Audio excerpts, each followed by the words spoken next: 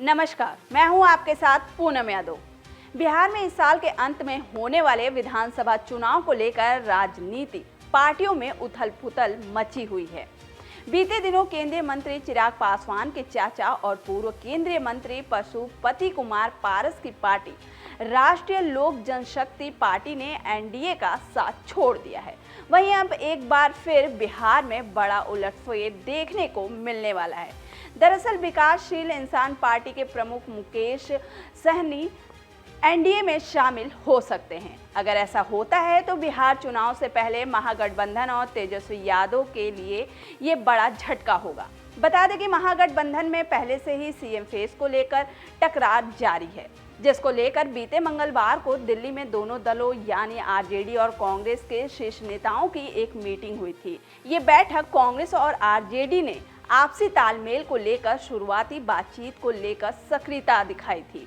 इस मीटिंग में कांग्रेस अध्यक्ष मल्लिकार्जुन खड़गे, लोकसभा में नेता प्रतिपक्ष राहुल गांधी, आरजेडी के नेता और बिहार के पूर्व डिप्टी सीएम तेजस्वी यादव शामिल हुए थे।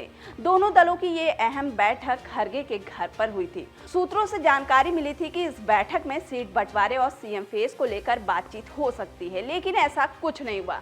जब इस मीटिंग से तेजस्वी यादव बाहर आए तो उनसे पूछा गया कि सीएम फेस का फैसला कब होगा। तब उन्होंने कहा कि सीएम फेस का फैसला चुनाव से पहले होगा या बाद में होगा, ये मीडिया की चिंता का विषय नहीं है। ये बयान खुद में एक बड़ा संकेत है, क्योंकि अब तक आरजेडी की ओर से ये लगातार कहा जा रहा है कि तेजस्वी यादव ही मुख्यमंत्री पद का चेहरा होंगे। बैठक से पहले आरजेडी ने कहा था कि बिहार की जनता ने तेजस्वी यादव को ही मुख्यमंत्री मान लिया है, लेकिन दिल्ली बैठक के बाद ये स्वर धीमा और संशयपूर्ण हो गया है।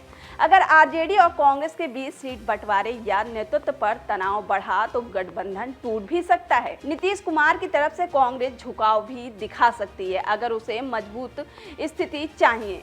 कांग्रेस आगामी लोकसभा चुनाव को बिहार विधानसभा चुनाव की प्रैक्टिस की तरह इस्तेमाल कर सकती है। अगर बात बिहार की राजनीति की हो तो यहाँ राजनीति का मकसद ही राजनीति के लिए होता है। यहाँ हर बात, हर एक्ट और हर कदम के पीछे राजनीति का कोई ना कोई मकसद जरूर होता है।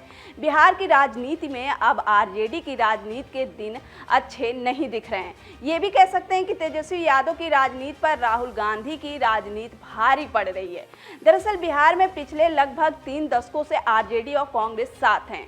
इस गठबंधन में हमेशा आरजेडी अध्यक्ष लालू यादव की मनमर्जी चलती रही है, लेकिन अब समय बदल चुका है। आरजेडी चीफ पिछले कुछ वर्षों से स्वास्थ्य संबंधी समस्याओं से जूझ रहे हैं, लिहाजा आरजेडी की कमान अब पूरी तरह से तेजस्वी यादव के हाथ में है और तेजस्वी युग में महागठबंधन की पॉलिटिक्स पूरे 180 डिग्री बदल चुकी है। इसकी झलक मंगलवार को दिखाई भी दी। आपको बता दें कि इंडिया गठबंधन के बीच कुछ दिनों से ठीक नहीं चल रहा है। जब से कांग्रेस के नेता कन्हैया कुमार पलायन रोको नौकरी दो यात्रा निकाले हैं, तब से लगातार इंडिया गठबंधन का खास दल आरजेडी और कांग्रेस में नाराजगी देखने को मिल रही है। मिली जानकारी के अनुसार बता दें कि कन्हैया कुमार की राजनीति को लेकर तेजस्वी यादव नाराज थे, क्योंकि कन्हैया कुमार तेजस्वी यादव की राजनीति लेकर मैदान में उतरे थे।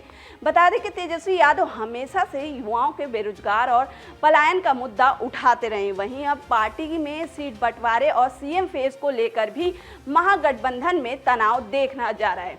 इसी बीच तेजस्वी के प्रदेश अध्यक्ष दिलीप जायसवाल के एक बयान के बाद कयास लगाए जा रहे हैं कि बिहार सरकार के पूर्व मंत्री और वीआईपी प्रमुख मुकेश सहनी एनडीए में आने वाले हैं। बीजेपी के प्रदेश अध्यक्ष दिलीप जायसवाल ने पत्रकारों से बात करते हुए कहा कि हमारे गठबंधन में 5 बीजेपी, जेडीयू, एलजेपी, रामविलास, हम और आरएलएम पांडव हैं। उन्होंने कहा कि एक पार्टी गठबंधन को छोड़कर उनके साथ आना चाहती है, रात में लुका छिपी खेल रहे हैं। उन्होंने कहा कि वो महागठबंधन का मजबूत पार्टनर है।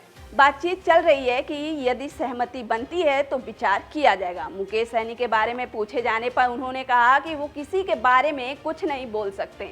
आपको बता दें कि दिलीप कुमार जायसवाल और मुकेश सहनी की मुलाकात मंगलवार को हुई थी। इसके बाद बीजेपी की तरफ से एक बयान में कहा गया कि यदि महागठबंधन में सहनी को सम्मान नहीं मिल रहा है तो एनडीए में आ सकते हैं।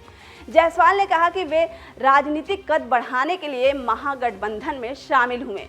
अगर ऐसा नहीं हुआ तो वे इधर आ सकते हैं।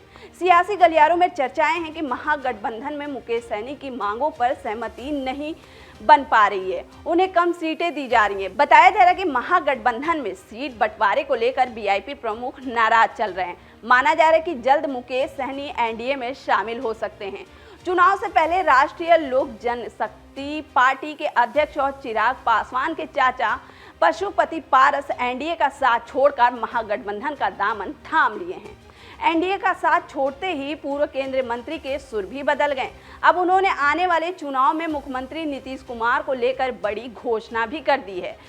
आरएलजेपी प्रमुख पशुपति कुमार पारस ने कहा कि देश में 2 ही गठबंधन है, अकेला चुनाव भाड़ नहीं फोड़ता है। एनडीए को हराने के लिए इंडिया गठबंधन को मजबूत करना होगा।